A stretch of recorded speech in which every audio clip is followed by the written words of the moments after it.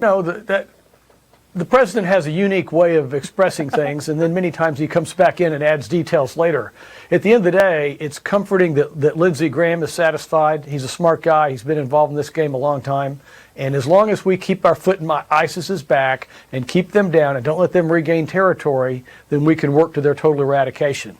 Meantime, as your people just said, we don't want to give Iran any more space in Syria to develop their axis of evil. Well, we certainly know the Iranians are working on that day and night. Move you now to the issue of the government shutdown. The Republicans come back now in the minority. One interesting thing I heard from some senior Democrats is this idea of $5 billion is wanted by President Trump, but they don't feel like he's given any real plan in terms of what this wall looks like. You're in the construction business.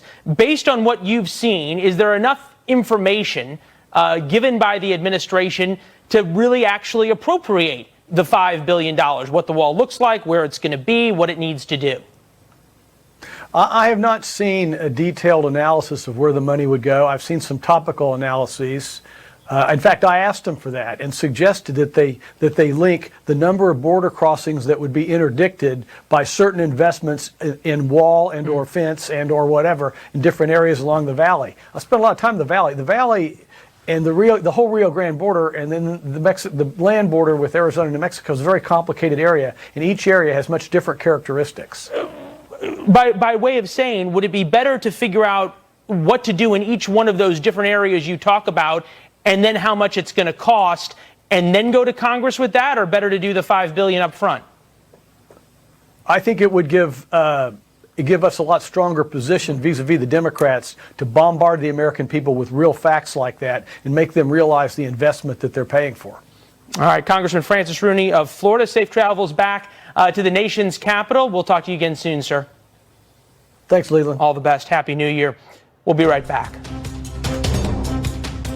HelloFresh has something delicious to deliver for everyone.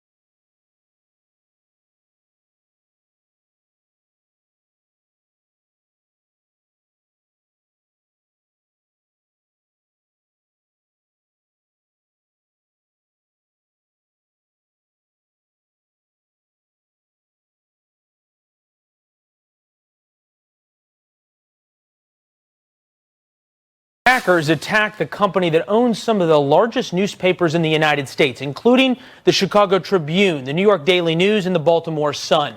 The LA Times reporting the hack seemed to come from outside the United States, but it's unclear if another country's government was involved or just overseas hackers. Matt Finn live in Chicago. Hi, Matt. Leland, this afternoon, Tribune Publishing tells Fox News that right now its systems are not 100% repaired after this cyber attack that Tribune says affected all of its properties nationwide. Newspaper customers over the weekend did not receive their newspaper or only received a portion of their newspaper because of this cyber attack on Tribune Publishing, which publishes some of the largest newspapers, including the New York Times and Fox News' corporate cousin, the Wall Street Journal. The Department of Homeland Security confirms it is investigating this cyber incident. Tribune Publishing says it first detected malware in its systems on Friday. It tried to fight back, but it was too late. One of the papers affected, the LA Times, published an explanation writing in part, quote, "Because of a major computer breakdown that affected our printing and deliveries, many of you did not receive your copy of Saturday's Los Angeles Times. We are also aware that many of you have been unable to report your missed delivery." Tribune Publishing says, fortunately, it appears that none of its customers' credit cards information was stolen in this hack. Leland. It may bring up more questions than it answers. Forbes reporting that the hack may be linked to foreign actors. What do we have on that?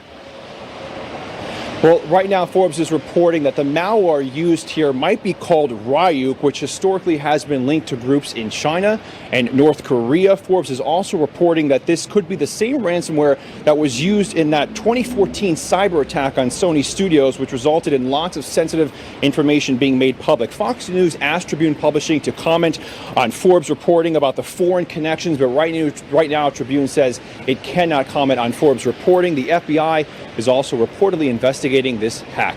Leland. Interesting, noteworthy to watch the Sony connection and history repeating itself. Matt Finn in Chicago. Matt, thank you. Lots of Americans are apparently leaving high-tax states like New York, California, and Illinois, moving to places where they can keep more of their money. For that, Fox Business's Jeff Flock live, Hammond, Indiana, a state whose population evidently is growing. Growing for this reason, Jeff? I think so. It's somewhat anecdotal, but there is some evidence as well. Yeah, I'm on the Illinois-Indiana border. Indiana.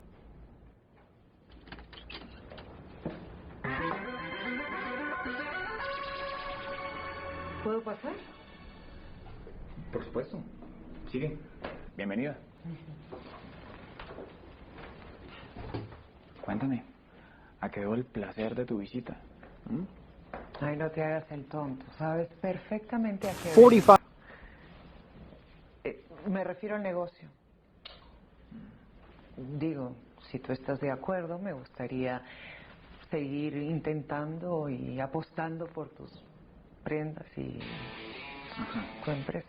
Sí, ya. Ya entiendo. Tú viniste desde tu casa. 5,000 people.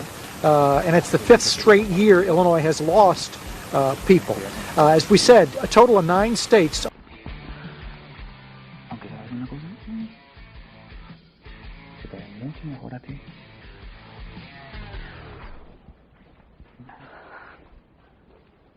Allá no más, no más.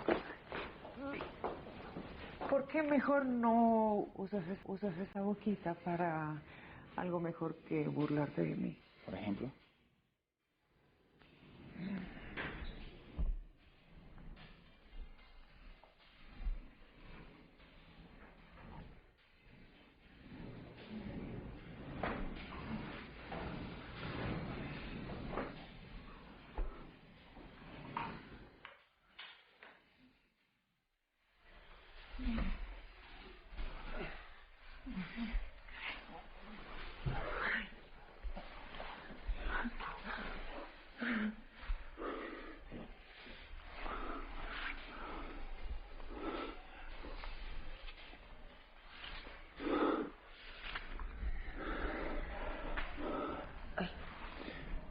¿Cómo podría un hombre sobrevivir a una mujer como tú, ah?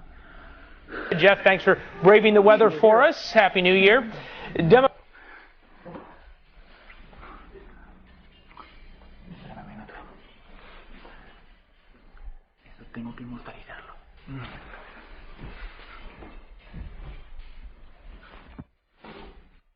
Democratic Senator Elizabeth Warren has taken a major step toward running for president. She spoke just a few minutes ago. More on that. First, live. Ana, mírame. Antonio, por favor. Antonio.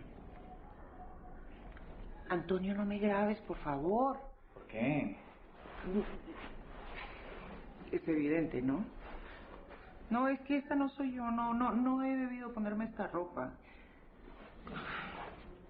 Ana, deja de hablar de ti de esa forma, ¿sí? Soy una ridícula. Ana, ¿tú no te das cuenta de quién eres? Claro. Soy Ana. Soy mamá. Tengo 40 años. Customized and prepared for keto-friendly options.